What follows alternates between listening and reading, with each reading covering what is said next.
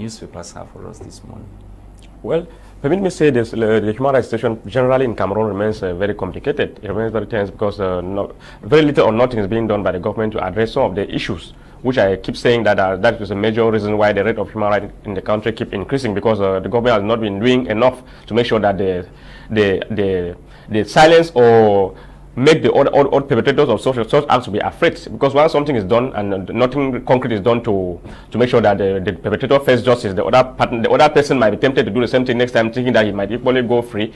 And that's the main reason why this human rights issue keep complicated, very complicated. Like the situation in the northwest region and the southwest region in particular, where people keep hearing that the situation is under control, but people keep dying on a daily basis. We keep hearing that no, the separatists will just have some few number of separatists that are still operating, but yet virtually everywhere in this part of the country we have separatists all over. There are separatist fighters all over, and we just have to wait for when the separatist fighters come and attack before we say that no, we still have some few separatist fighters left in that area. So that's the more reason why I keep calling on the government of Cameroon to work in collaboration with other international partners to see that they do everything possible to make sure that they address the situation. And in the northwest and southwest region in particular, and the situation in Cameroon, that the government should do everything possible to make sure that all the perpetrators of human rights violations, they face justice.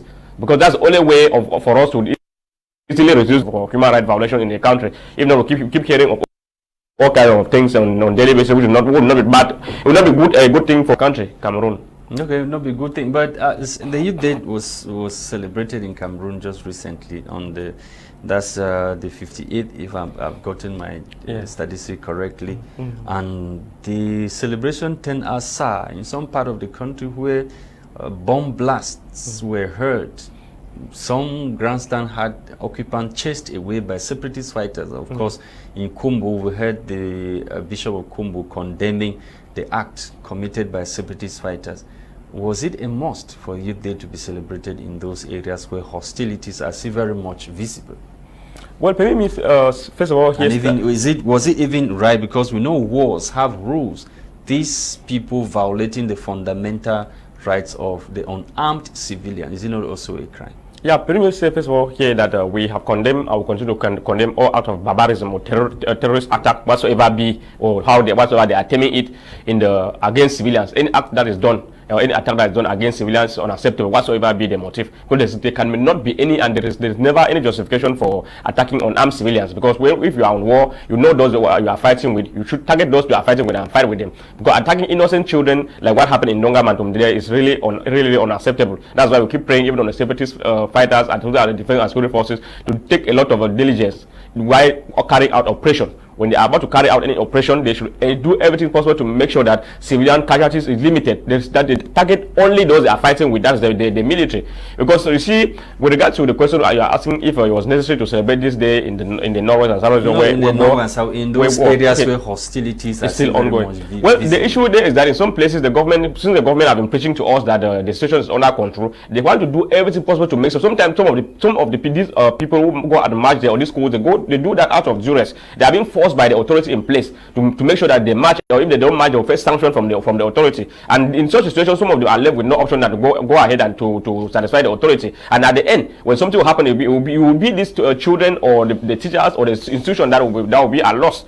And the government want to do everything possible to make sure that the civilians should go and march, so that they can take pictures and say that these are the areas where people were saying that things are not under control, and just say that no, everything is under control. That's the reason why people are marching. But the fact that people are marching in a place doesn't mean that things are under control in the area. But the situation things remain very complicated. It's just that sometimes people we hear very little or not much at the previous time concerning the issue of human rights and all the like, because people on the ground, some of them are fed up of reporting things because they thought that maybe after reporting this or telling people the world that this was happening in 1 or 2 years, everything will be under control, the situation will be looked upon. But after a very long time, things are continuing happening. But most of those things are underreported. It's only when you go to the field that listen to some of these things are happening, because there are some people that were reporting much of these things, and at the end, they too are the target. When they report against separatists, the separatists will come to target. They realize that you are the one that reported it, you'll be a target. Similar like the military, even the arbitrary arrest and detention are all over in the Anglophone region for little or no reason. Some of these things,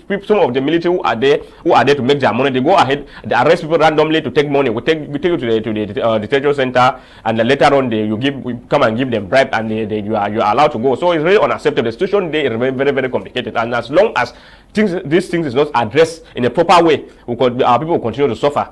We've heard the U.S. Embassy in Yaoundé reacted via the ambassador calling for dialogue to address the root causes of the problem. Each day we hear about dialogue, root causes, dialogue. Since we know about these root causes, why can't those root causes be addressed? That is a major problem, because it seems as if the government of Cameroon have some things extra from what they does it mean that probably what we know as root causes are not the root causes? No, they are actually the root causes. Because government is actually doing a lot. They tell you we have done this, we have compromised this.